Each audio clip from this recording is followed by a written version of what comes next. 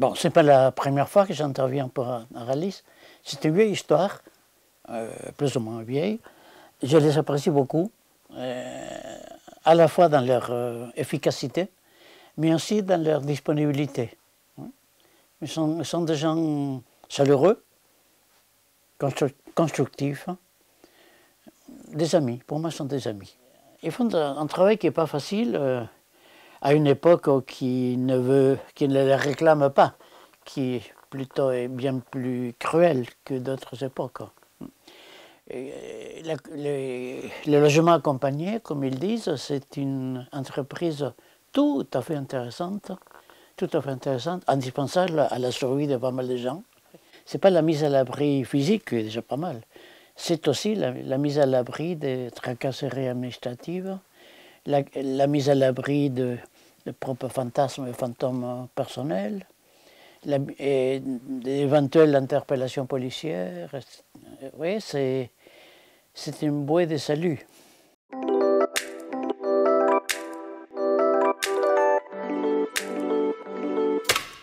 À quoi sert l'habiter? Qu'est-ce que ça vise? Je dirais, c'est mettre. Bon, la définition courante, c'est habiter, c'est se mettre à l'abri. Immédiatement des intempéries. Parfois du beau temps aussi. Mais c'est mettre à l'abri aussi d'éventuels. De la vie dans la rue, qui n'a pas. Bon, qui a des inconvénients, qui a quelques avantages, je vais parler après. Se mettre à l'abri d'éventuelles tracasseries administratives, quelques tracasseries policières parfois, se mettre à l'abri aussi d'une société qui les réprouve tout en les produisant, ces gens.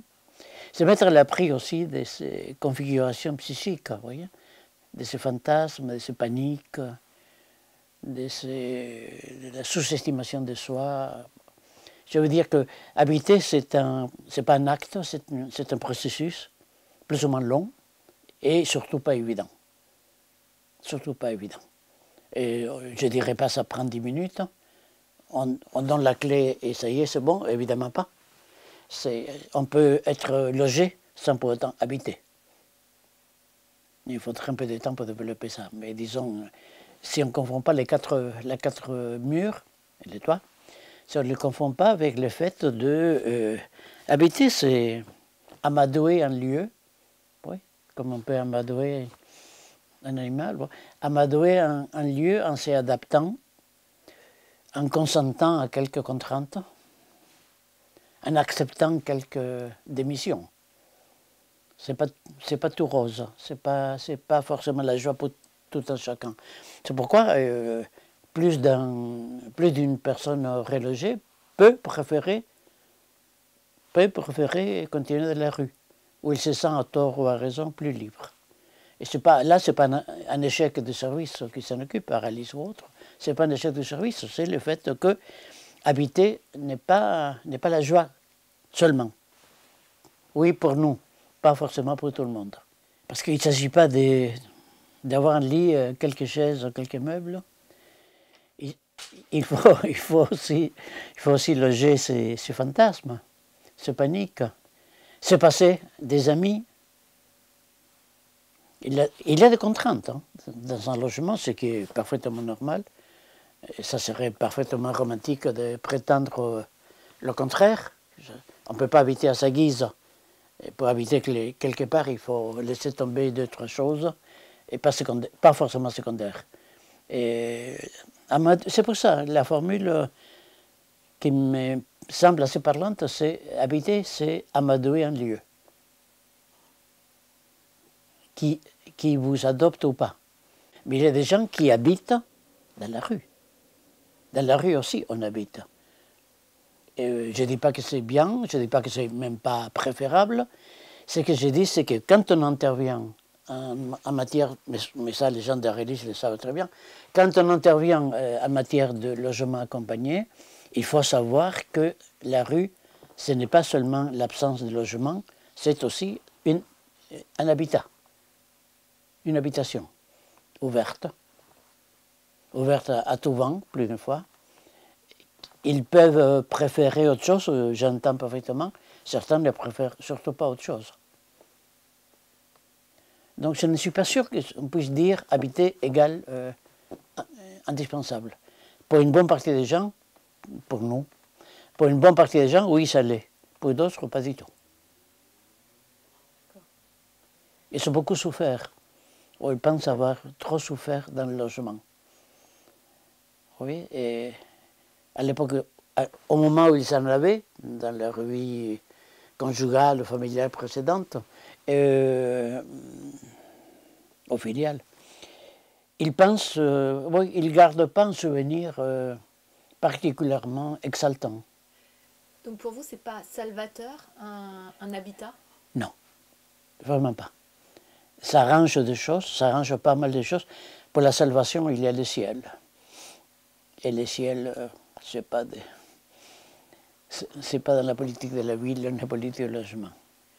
Il ne s'agit pas de sauver. Il s'agit, comme dit très bien Aralis, logement accompagné. Il faudra un peu plus tard, aujourd'hui, mais un peu plus tard, se mettre d'accord sur que veut dire accompagner. Et l'accompagnement, il peut se faire sans logement, donc? En l'occurrence, non, parce que de fait, le logement, c'est le pivot de l'intervention. Mais dans d'autres branches du travail social, par exemple, il y a un accompagnement qui ne passe absolument pas par le logement. Il passe par les activités culturelles, pour les sorties pour les petits vieux comme moi, etc.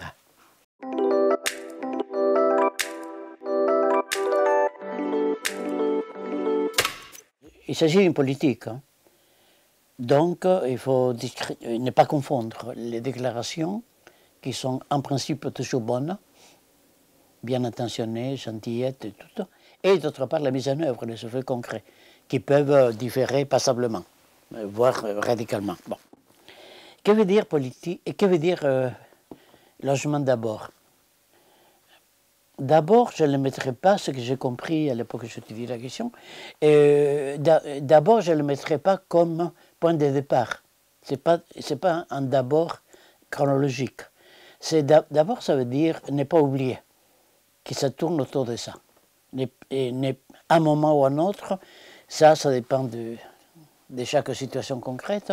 À un moment ou à un autre, il faut que la question du logement soit posée. Et il ne peut pas rester dans la pure déclaration ou dans la pure promesse. Donc, pour moi, d'abord veut dire incontournable, plus que premier pas. C'est d'ailleurs, d'abord, c'est une traduction correcte de l'anglais, first, mais qui peut vouloir dire aussi ce que je dis. Bon. Et le logement accompagné, c'est à la fois un complément pour la mise en œuvre de la politique de logement d'abord, un complément, mais en même temps, c'est aussi une condition d'existence, une condition de fonctionnement. Évidemment, c'est bien, c'est déjà difficile de procurer un logement pour tous les gens qui en ont besoin, mais procurer le logement, c'est le début. Là, oui, c'est le point de départ. Et procurer un logement, c'est le début du boulot, c'est le début de l'habiter. Parce il faut loger une personne ou un couple.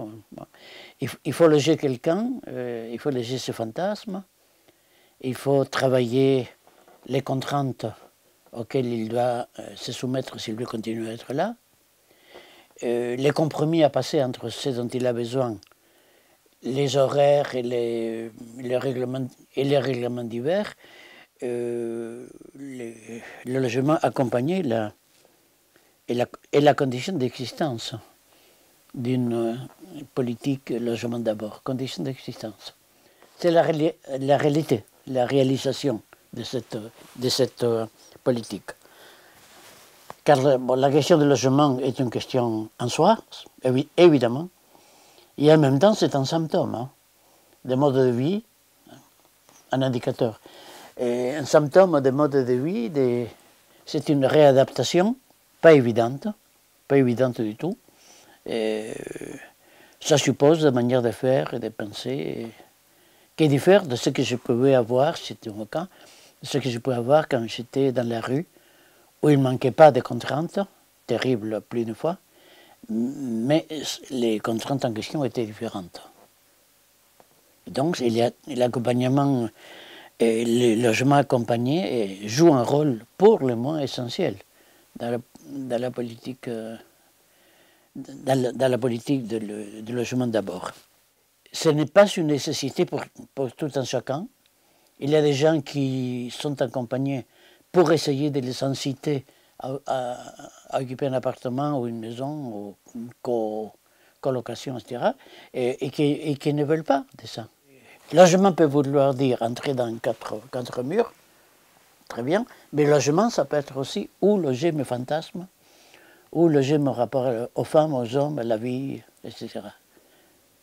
Vous voyez, il faut l'entendre, me semble, dans un sens large, tout en sachant que si c'est dans le cadre logement d'abord, effectivement, tôt ou tard, la question de où est-ce que j'habite se pose. Le logement accompagné était une nécessité absolue.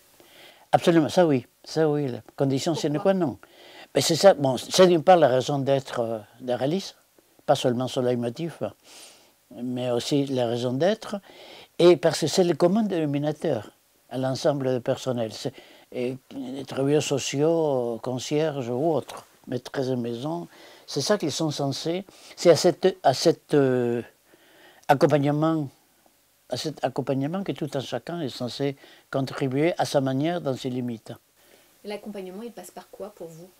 Ça passe par la reconnaissance que les personnes qu'il s'agit d'accompagner peuvent être, certainement, sont démunies financièrement, économiquement, professionnellement. C'est pas pour autant qu'ils sont morts. C'est pas pour autant qu'ils sont morts, et donc ils sont aussi dotés de stratégies, de manières de faire.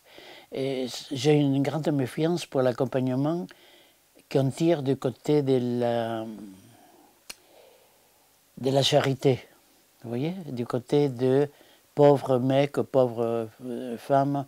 Je ne dis pas qu'ils sont riches, bien sûr, mais ce que j'ai dit, c'est que les prendre en compte et ne pas les prendre en charge, qui est un de mes leitmotifs. Les prendre en compte, c'est faire le moins possible pour eux et faire le plus possible avec eux.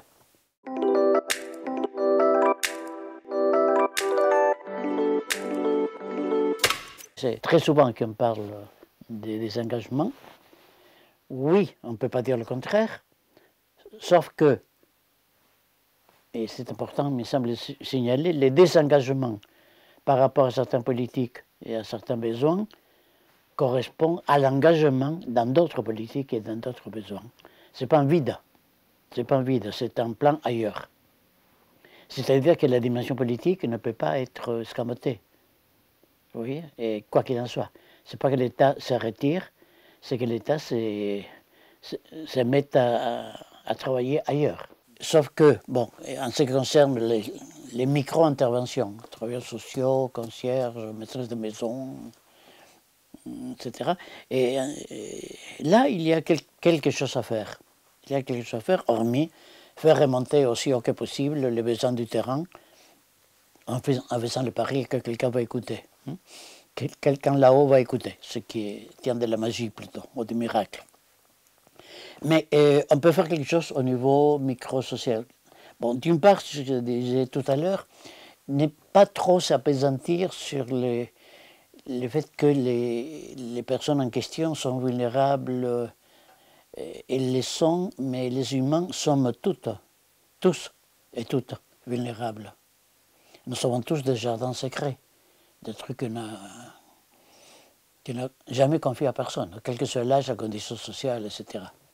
Donc, mettre l'accent sur la vulnérabilité des personnes, bon, je trouve trop caritatif, une fois encore, trop caritatif pour être honnête, et ça empêche de voir les gens comme ils sont. Ils sont des stratégies aussi. On ne survit pas dans la rue, surtout dans la rue. On ne survit pas sans stratégie. La femme doit savoir que faire avec les mecs qui l'approchent. Et ça, c'est pas une question de... C'est pas la faiblesse, là, c'est l'intelligence l'intelligence de la rue, il en a une. Bon. Et donc, ne pas considérer, c'est un point. Et ne pas considérer que les personnes en question sont absolument écrasées par leur impuissance, vulnérabilité, etc. Si c'était le cas, il n'y aurait aucune intervention sociale possible. C'est parce qu'ils sont des ressources qu'on peut faire des choses avec eux. Ils sont des ressources. Pas financières, certes, ou à peine. Pas financières, mais d'un autre ordre. Mais en même temps, je dis que les difficultés de ces personnes ne sont jamais uniquement psychiques. C'est pas parce qu'ils vont mal dans leur tête, comme on dit habituellement. C'est pas parce qu'ils sont plus ou moins névrotiques ou psychotiques. Si c'était une raison suffisante, beaucoup de gens bien logés dans de beaux quartiers ont des configurations psychiques tout à fait maladives. Hein. Les fous ne sont pas d'un seul côté de la barrière. Voilà. Donc, ils n'ont pas que des difficultés psychiques. Si on parlait de la dite du dit désengagement de l'État, ils sont porteurs de cette politique-là. C'est ça qui les fait exister. Ils ne sont pas que je ne veux pas des logements, je veux faire la fête comme ça me chante, etc. C'est pas que ça. C'est pas les caprices individuels. Ce sont des porte-paroles, sont des effets de la politique de désengagement. Et indéfiniment reproduit d'ailleurs, parce qu'on trouve logement pour 3, mais il y a 4 qui viennent derrière, bien sûr. Donc, bon, ça peut être intéressant que l'intervention sociale ne soit pas exclusivement psychologique. Dimension importante, dimension non épuisante de la situation des gens, non globale.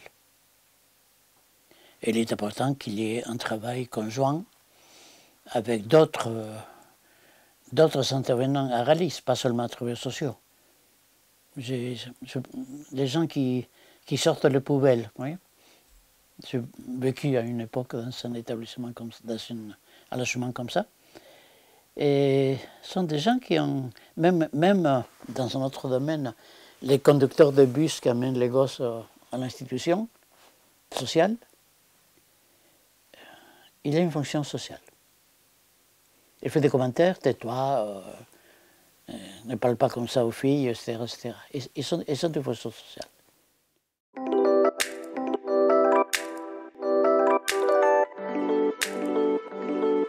C'est intéressant la question parce qu'elle contient sa réponse.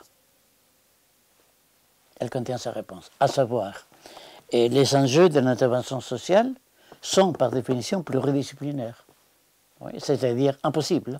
Si on ne fait pas jouer, si on ne mobilise pas simultanément des éléments psychologiques, des éléments sociologiques, des éléments économiques, politiques, etc. Ce qui d'autres pratiques peuvent sonder.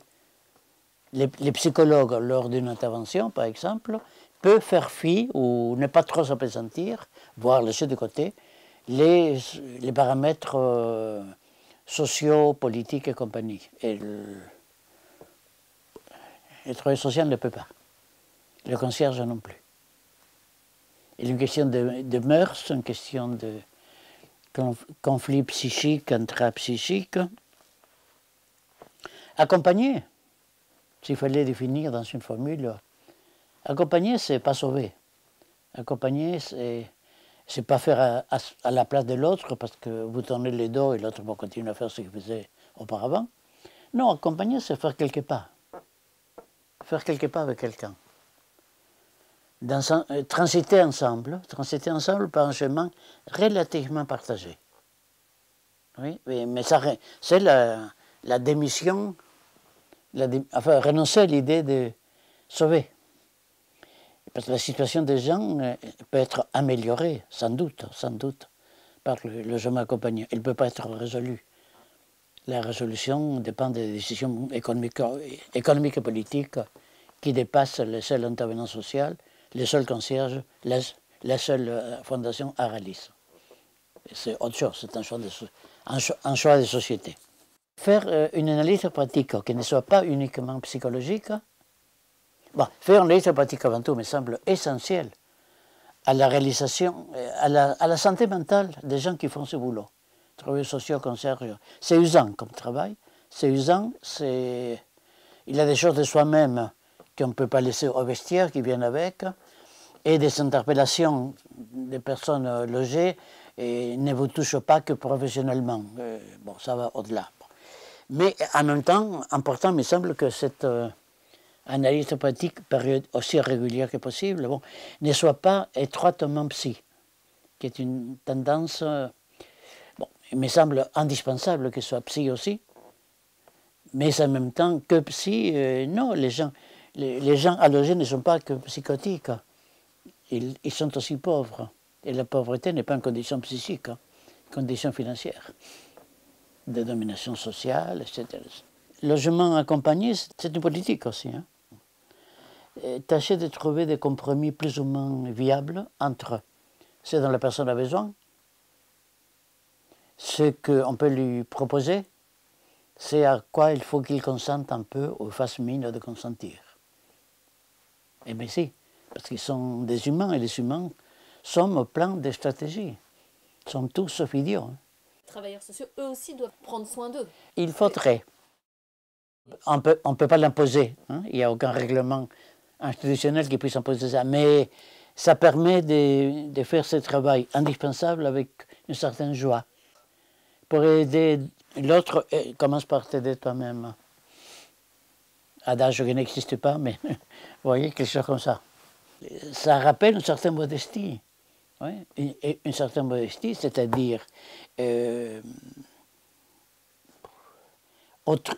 cas. Cette personne est un cas, on dit. Le cas n'est pas forcément celui qui est en face, hein. Moi aussi, je peux l'être.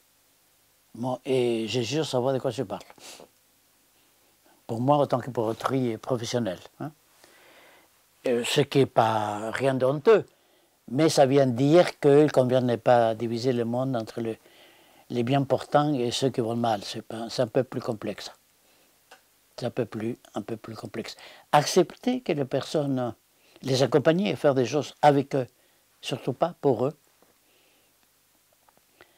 Et accepter que parfois, les personnes qu'on va accompagner, non, pas parfois, souvent, j'ai envie de dire toujours, souvent, les personnes qu'on va accompagner nous accompagnent, facilitent ou perturbent notre travail, nous laissent faire, sont indifférents, nous encouragent.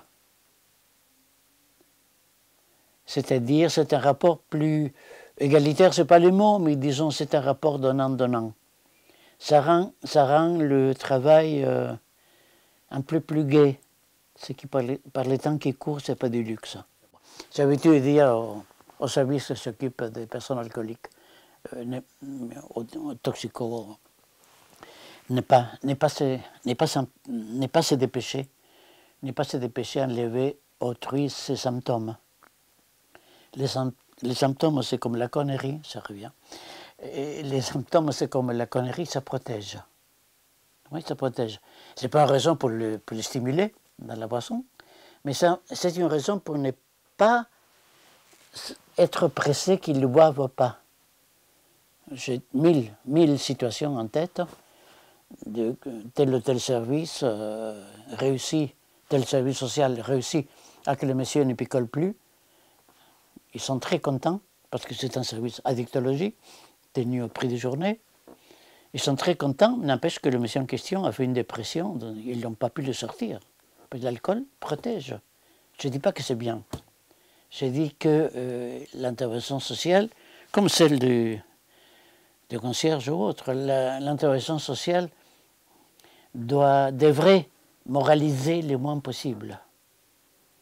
Moraliser le moins possible. Je dis évidemment pas que tout est possible, absolument pas, tout n'est pas possible, mais il s'agit de comprendre la logique des gens, qui ne se lit pas comme un livre ouvert, qu'il faut travailler. Il faut se laisser rééduquer partiellement par les gens. Il faut laisser le temps au temps.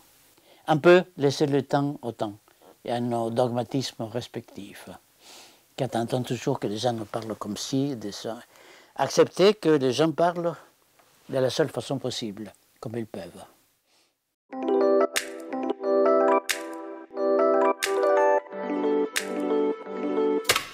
Ce sont des métiers indispensables, mais insalubres. Hein?